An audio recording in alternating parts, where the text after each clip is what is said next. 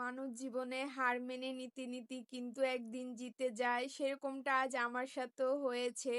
জীবনে যতবার পেয়ারা মাখিয়েছি কখনোই যারা বাহিরে পেয়ারা মাখা বিক্রি করে তাদের মতো হয়নি, বাট আজকে হয়েছে একটু ভিন্নভাবে মাখানোর কারণে। আর সেই সাথে আমার পছন্দের চিংড়ি মাছ দিয়ে ঢেঁড়স রান্না করে পেট ভরে ভাত খেলাম। অনেকদিন ধরে ইচ্ছে করছে পেয়ারা মাখিয়ে খাবো, বাট অলসতার জন্যই খাওয়া হয়নি। পেয়ারাগুলো সে অনেকদিন আগেই নিয়ে আসছি, আসলে একা থাকলে কোনো কিছুই না খেতে ইচ্ছে করে না। টক জিনিসটা এমন একটা খাবার, একা খেতে মজা লাগে না, অনেকে মিলে খেতে সবচাইতে বেশি মজা লাগে।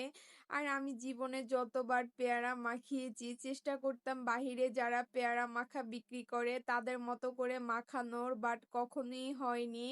আজকে হয়েছে একটু ভিন্নভাবে মাখানোর কারণে। এখন যা উপকরণ দিয়েছি আগেও সেম এগুলোই দিয়েছি, ভিন্নতা শুধু এতটুকুই, সেটা হচ্ছে তেঁতুল পেয়ারা মাখানোর অনেক আগেই পানিতে ভিজিয়ে রেখে বিচিগুলো আলাদা করে নিয়েছি। পেয়ারা মাখানোর সাথে শুধু বিচি ছাড়া তেঁতুল দিয়েছি।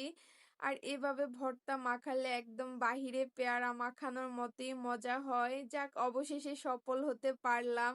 কথায় আছে না, হার মেনে নিতে একদিন মানুষ জিতে যায়, সেরকমটা আজ আমার সাথেও হয়েছে। ভর্তা খাওয়া শেষ করে এখন কাঁচামরিচের বোটাগুলো ছাড়িয়ে নিচ্ছি।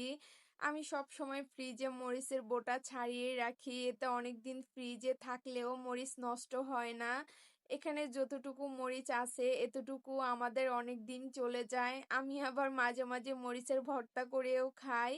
এরপর আসলাম রান্না করার জন্য। আজকে আমার পছন্দের ঢেঁড়স দিয়ে চিংড়ি মাছ রান্না করব।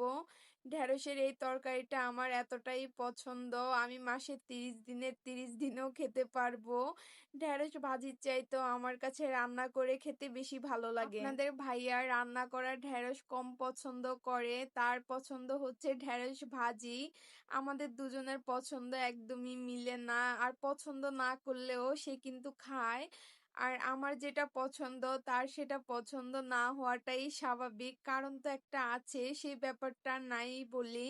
শুধু ঢেঁড়সের তরকারি রান্না করব, আজকে আর কিছুই রান্না করব না। অনেক পদ তরকারি চাইতে না আমার কাছে এক পদ তরকারি দিয়েই ভাত খেতে বেশি মজা লাগে। আর আমি এখন তরকারিতে তেল একটু কমই দেই, ও বেশি তেল খাওয়া একদমই পছন্দ করে না। আর বেশি তেল খাওয়া স্বাস্থ্যের জন্য ভালো না, আমাদের দুজনেরই অ্যাসিডিটির প্রবলেম, সেজন্য ডক্টর বলেছে তেল মশলা একটু কম খেতে।